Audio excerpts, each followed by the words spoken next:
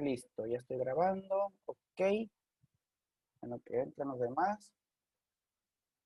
No se ha revisado el glosario. En eso voy a estar esta semana revisando el glosario, las preguntas problematizadoras. Y pues ya.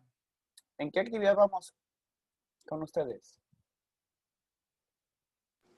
Hasta lo de experimentos en casa. Excelente. Qué buena onda. Eso me agrada. Significa que ya es mi turno, por fin. Ya me estaba aburriendo.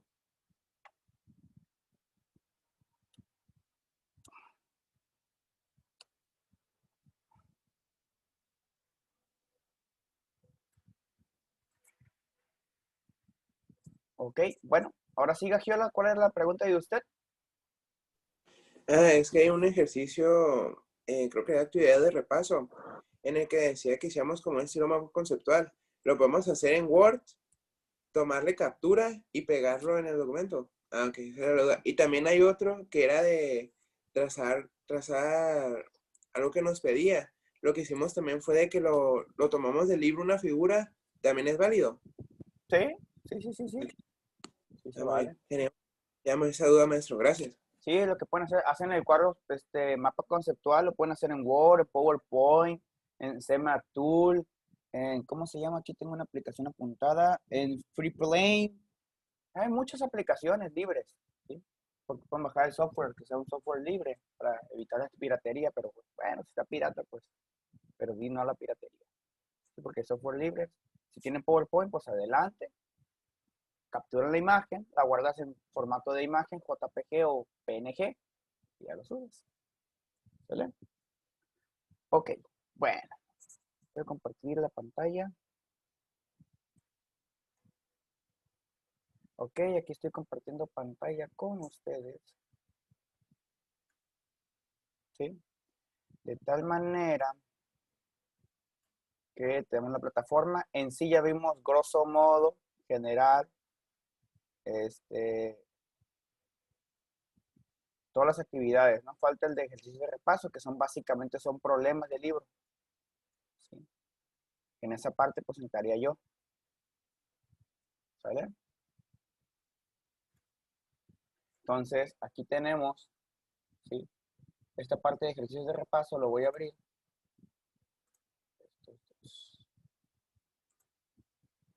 Ok, aquí está, 1.8, ejercicio de repaso. Viene una serie de problemas para cada equipo. Aún no tenemos las herramientas, digamos, no sabemos, no tenemos el conocimiento aún, ¿no? No hemos abordado la temática de esto. ¿Sí? Entonces, lo que vamos a hacer es lo siguiente. Voy a abrir el libro de texto, una chancita. Mm, acá están libros.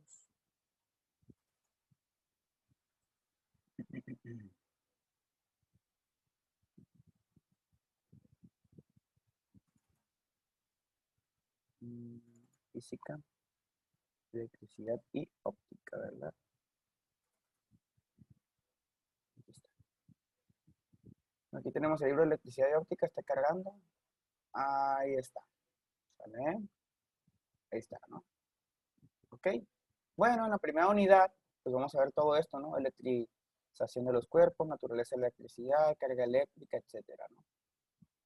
Voy un poquitín rápido porque ya tenemos un poquitín tiempo encima. Aquí pueden leer ustedes de qué trata el curso. Ya habíamos platicado que básicamente es estudiar las leyes de la electricidad y cómo se crean los cuerpos debido a cargas eléctricas, a interacciones eléctricas. ¿Sí? Aquí lo pueden leer ustedes. Bueno, aquí viene más contenido. Aquí viene más un poco de Michael Faraday, que es uno de los que se le atribuye un poco de la historia de la electricidad. Inclusive, sabían que Michael Faraday, pues, no era buen estudiante, no era del todo estudiante, pero pues a partir de la experiencia y sin descansar y echándole ganas todos los días, logró hacer lo que fue.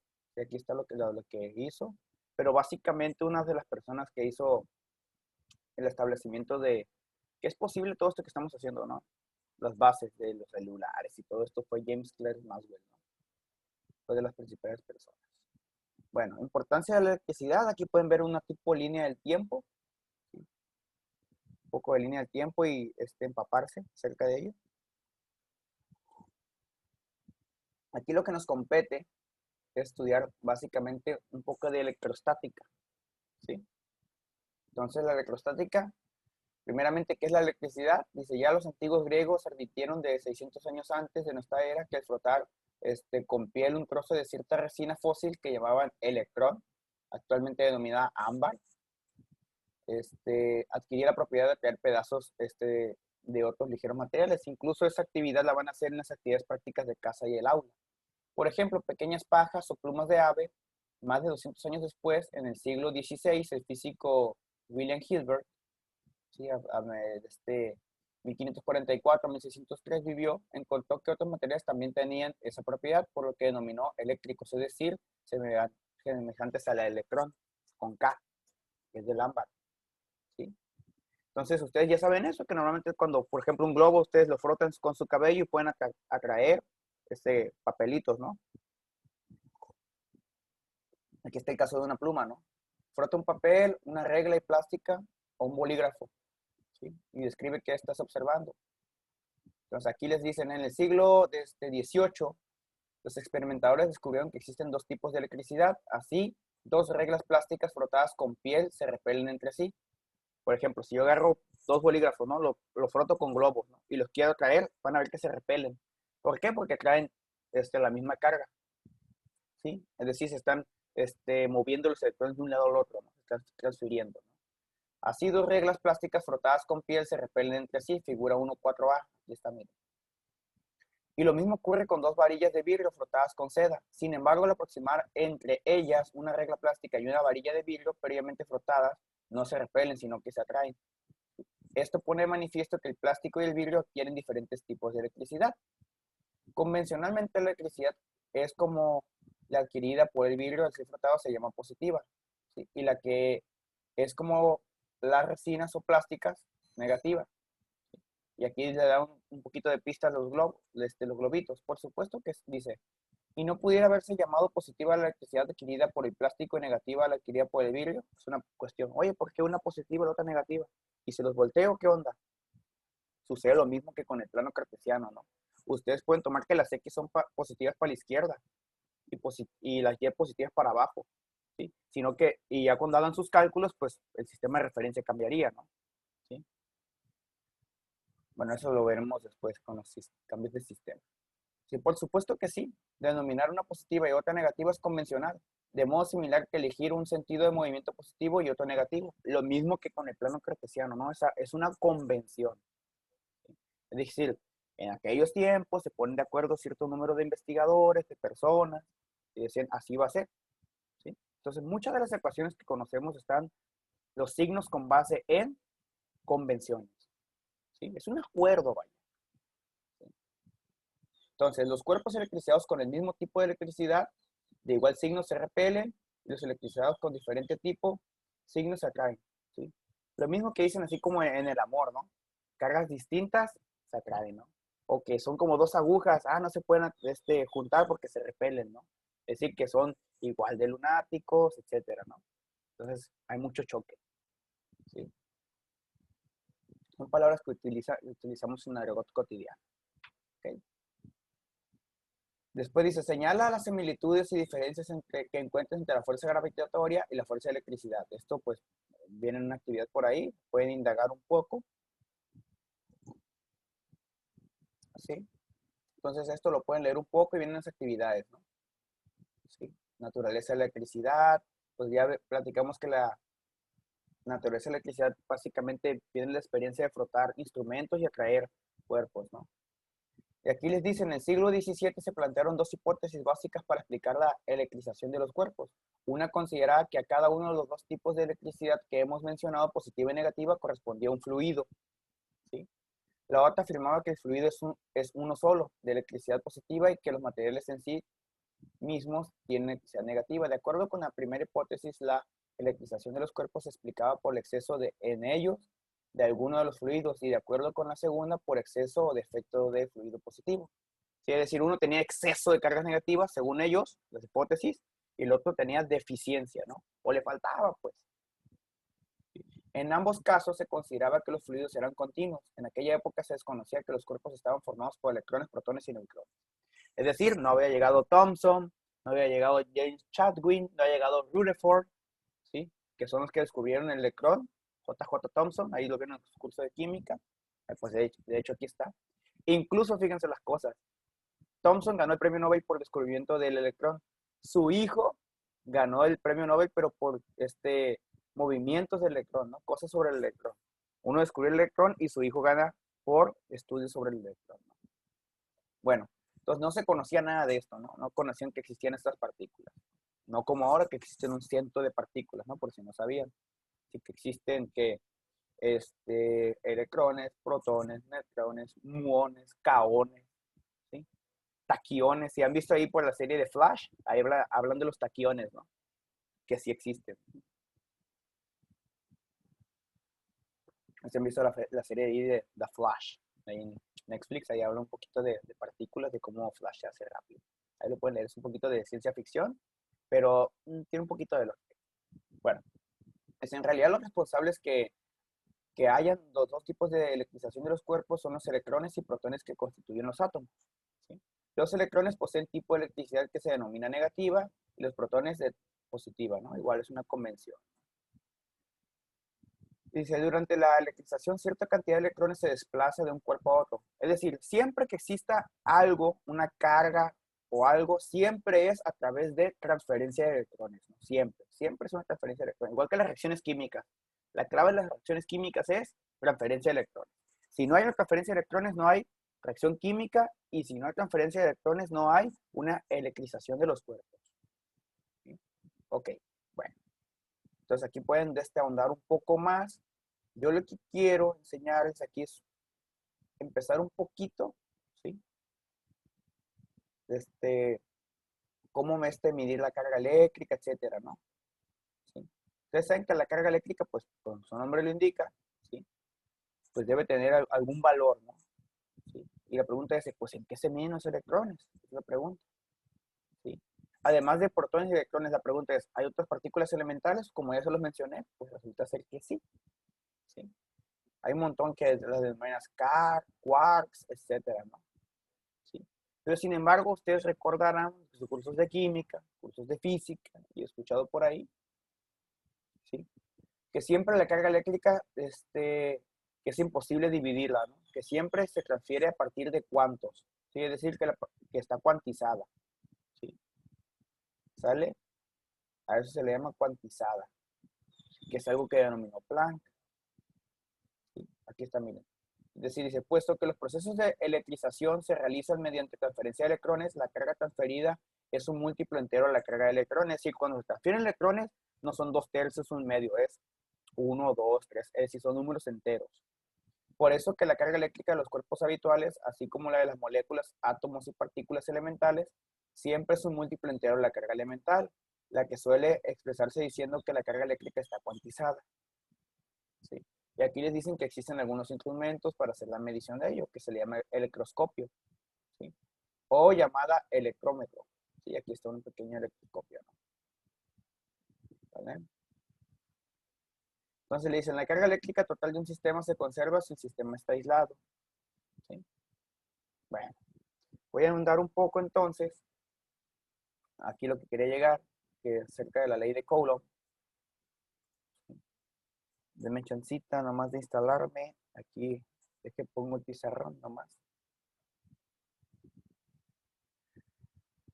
Pongo el pizarrón. A ver, aquí está el pizarrón.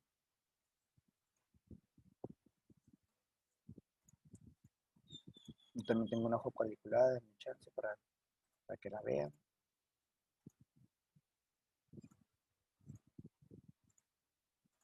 Hojita con cuadrícula. Aquí está. Listo. Entonces esta me la llevo para acá.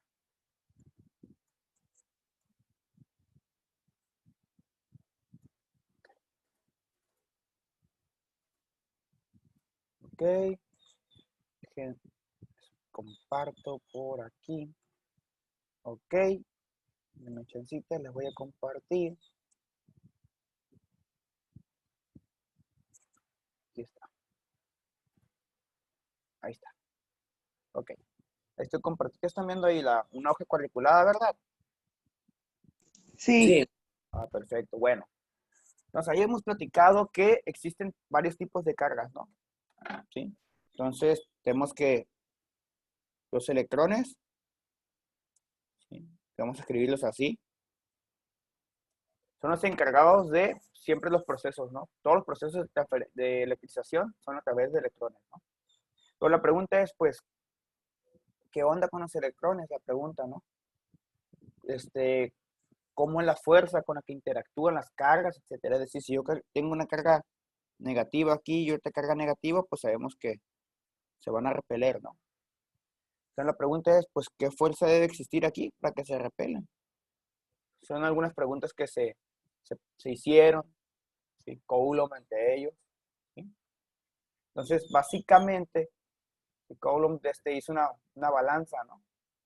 Una que se llama balanza de torsión, por ahí lo pueden checar en la página 40.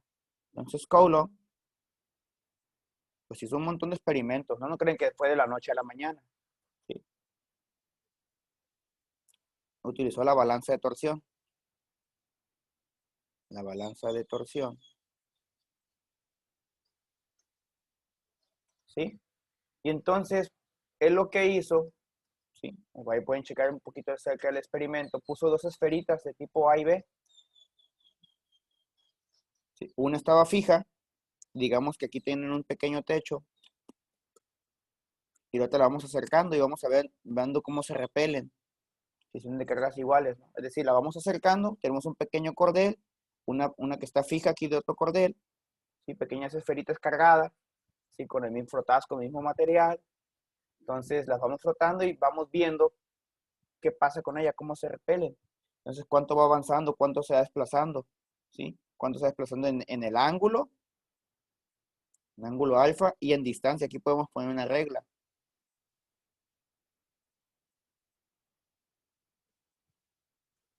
¿Sí?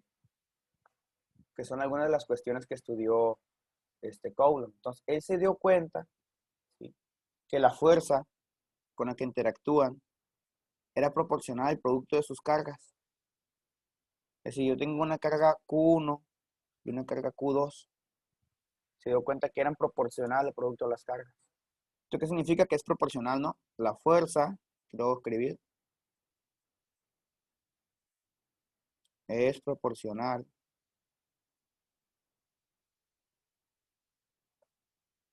al producto de las cargas, ¿no? Este signo que está aquí es un signo de proporcionalidad. ¿Qué significa que sea proporcional? Que si el producto de las cargas aumenta, la fuerza aumenta, ¿no? ¿Sí? Esto significa, ¿qué significa? Que si F aumenta, el producto Q1 por Q2 también aumenta, ¿no? O viceversa. Si F disminuye, Q1 por Q2 disminuye, ¿sí? Eso se dio cuenta Coulomb.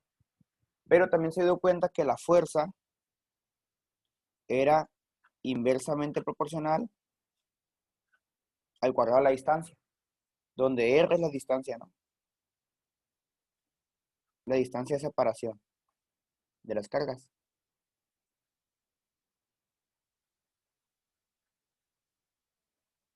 ¿Sí?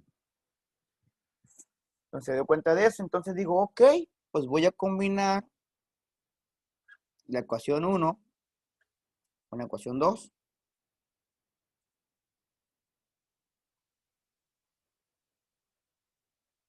Voy a combinar esas dos ecuaciones, la 1 con la 2. Y ok, dijo, ok. Bien. Entonces dijo, bien. Entonces resulta ser que F es proporcional al producto de las cargas, pero inversamente proporcional al cuadrado de la distancia. ¿Sí?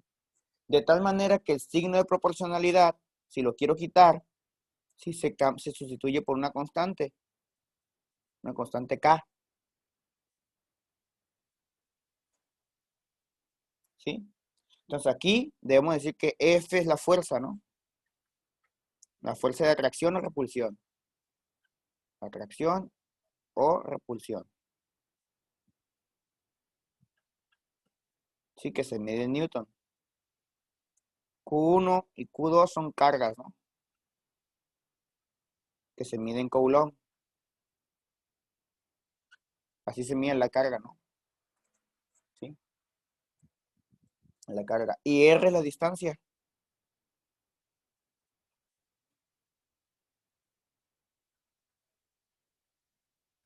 ¿Sí? Es la distancia en metros.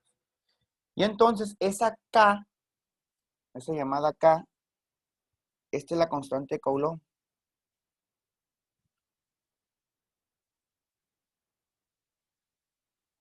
¿Sí? Coulomb hizo experimentos, ¿sí? Con dos partículas cargadas, hizo una serie de experimentos. De hecho, ustedes van a hacer este experimento.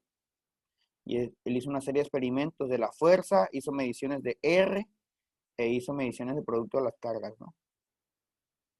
Y hizo una serie de datos, tuvo una serie de datos. Son datos ahí. ¿Sí? Y bueno, él no tiene Excel, él tenía que hacerlo todo a mano. ¿Sí? Y llegó un valor de la constante de Coulomb. Y ustedes lo van a determinar en la práctica número 1. ¿Sí? En el laboratorio virtual que van a tener. Y llegó a un valor de la carga, ¿sí? De, ¿sí? Un valor de 9 por 10 a la 9 Newton metro cuadrado por Coulomb cuadrado. Digamos, este es el valor de la constante de Coulomb. ¿Sí? Es el valor de la constante de Coulomb. ¿Sí? Entonces, podemos decir que la fuerza de interacción entre dos partículas es proporcional al producto de las cargas, pero inversamente proporcional al cuadrado de la distancia, ¿no? ¿Sí? Es decir, F igual a K, Q1, Q2 partido de R cuadrado. ¿Ok? ¿Sí? Está muy, muy bueno. Para los años de Coulomb, pues, un gran descubrimiento esto. ¿Sí? Profe, Mande. pero ¿qué dijo que eran los coulombs? O sea, la C al cuadrado, ¿qué significa? La C es Coulomb. Entonces la C, fíjate, te la voy a poner. Si lo vemos desde la, aquí lo voy a escribir. Voy a escribir esto. Fíjate, si de esta ecuación despejo yo K, la R cuadrada que está dividiendo la paso multiplicando. Y las cargas que están multiplicando lo paso dividiendo, ¿no?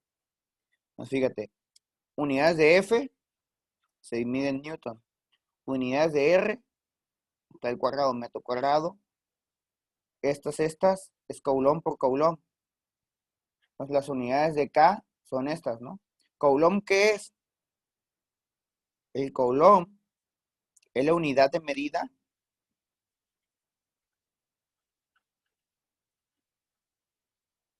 de la carga. ¿Sí? Ok. Entonces ya sabemos nosotros, cursos de química, que la carga de un electrón es 1.6 por 10 a la menos 19 coulombios. ¿Sí? ¿Sale?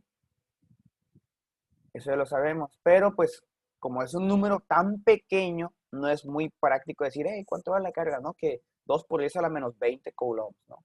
Entonces, pues a veces da flojerita eso. Entonces, normalmente, cuando son procesos de electrización, uno lo que usa son, digamos, nano coulomb, 1 por 10 a la menos 9 coulombs. Y esto significa nano coulomb. Profe, Voy.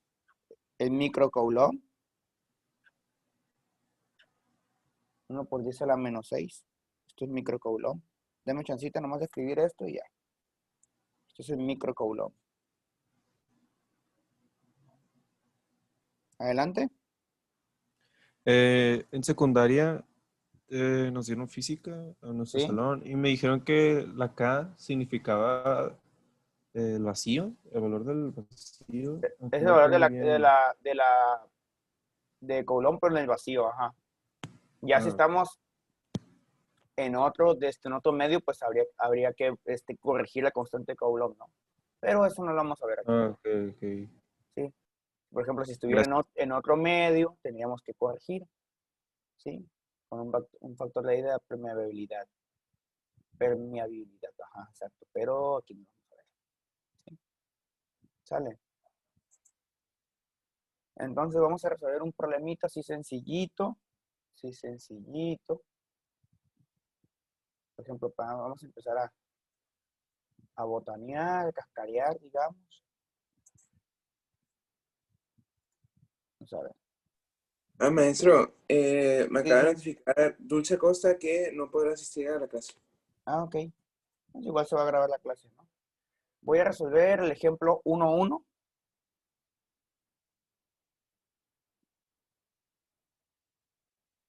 Ejemplo 1.1. Ya me quedan 10 minutos, a ver si me saca, pues ahorita volvemos a entrar, ¿no? Para finalizar nomás. ¿Sí? El ejemplo 1.1. ¿Sí? Que recuerden que son 2 sesiones a la semana de 60 a 90 minutos. ¿Sí? Entonces el ejemplo 1.1, página 43. Me lo pueden revisar ustedes. Nos preguntan cuántos electrones voy a ponerlo así, hay en una gota de agua.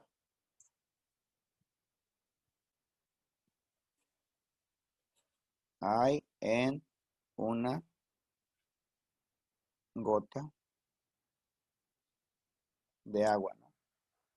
Sí, de 1.0 milímetros de radio. ¿Sí? Y les dicen que consideren que la densidad del agua,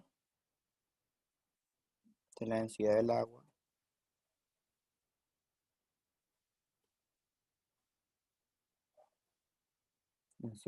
es 1 gramo por centímetro cúbico. Y la masa de una molécula de agua, una molécula de agua,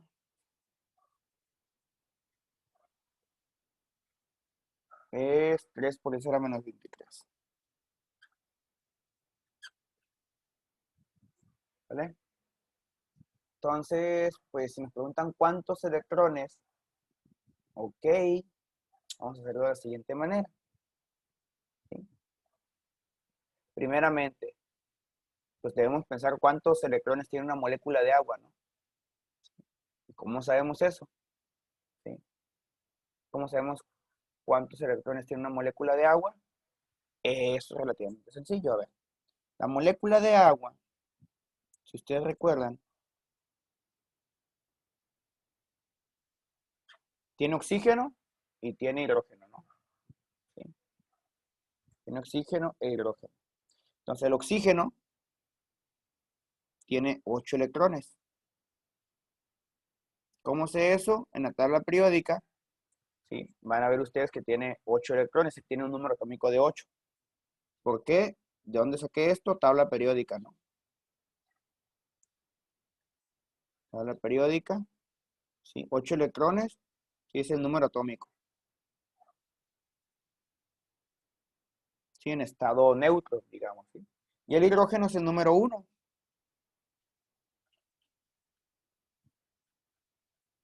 ¿Sí? Entonces, como tienen 2 hidrógenos y un oxígeno, en total serían 10 electrones. Entonces tenemos 10 electrones, ¿no? Profe, el oxígeno no tiene 6 electrones. No, chécalo en la tabla periódica. Ok. Chécalo. Está antes del flúor. El flúor es el 9, el 10 es el neón. Entonces, antes del flúor está el oxígeno. Oxígeno, selenio, telurio, polonio. Está en el grupo 16. ¿Sí? ¿sí? 3 electrones de valencia, eso sí, 3 electrones de valencia. Pero eso es diferente, los electrones de valencia es diferente a los electrones propios del átomo, ¿no? ¿Sí? Entonces tiene 10 electrones, una molécula de agua, ¿no?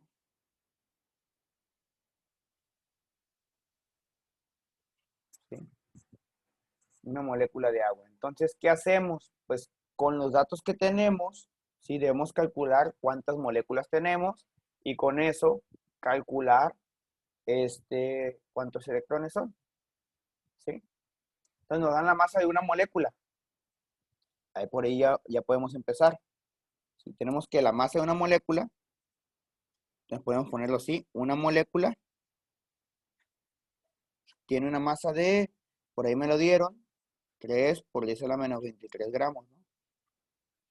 Entonces con este dato y con este dato podemos calcular la masa, ¿sí? Y con eso sacar el número de moléculas y con el número de moléculas el número de electrones. Lo hago paso a paso, ¿no?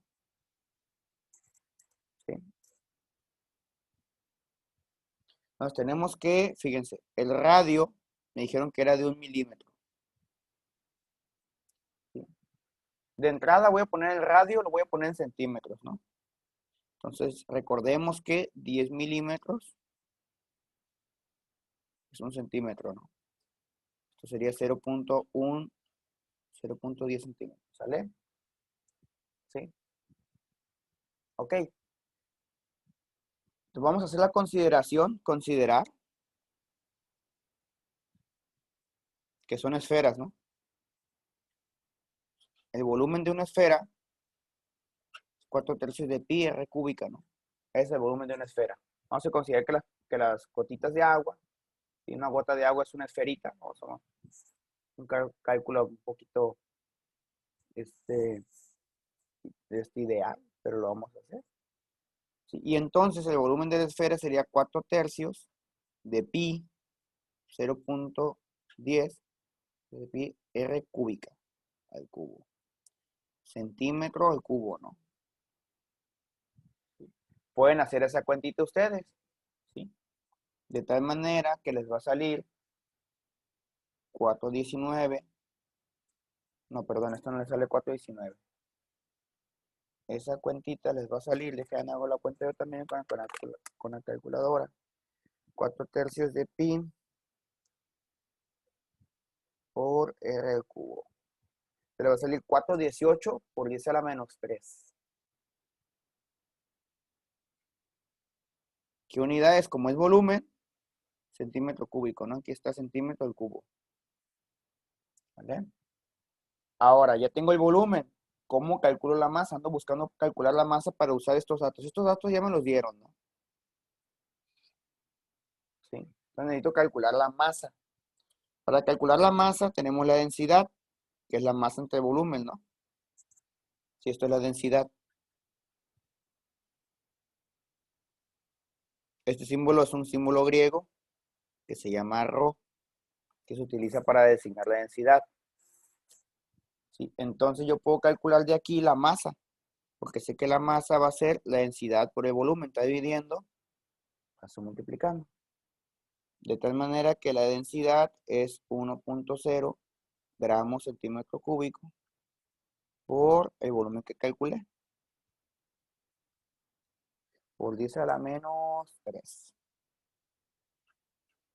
¿Sí? Centímetro cúbico, creo que se gramo. Entonces, centímetro cúbico se elimina.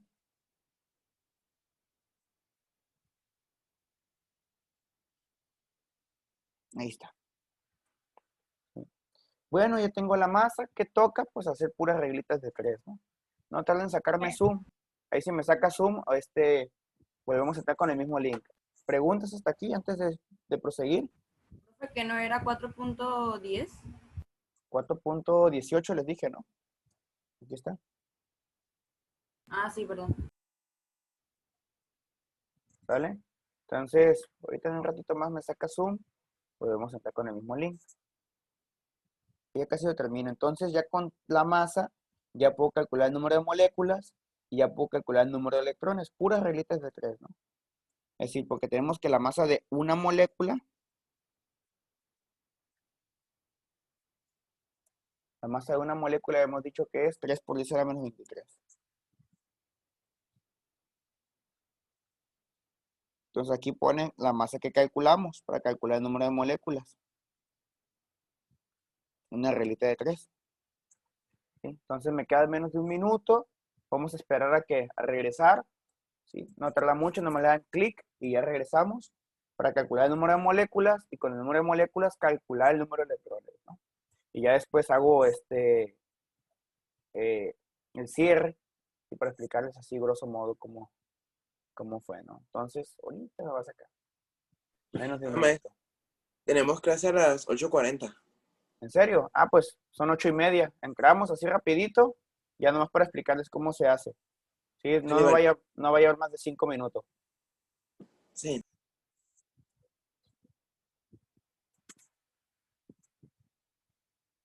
Entonces vamos a esperarnos. Aquí, como les digo, es una reglita de 3 muy simple, ¿no? Cosas que ya han hecho ustedes desde el primer año, incluso de la secundaria.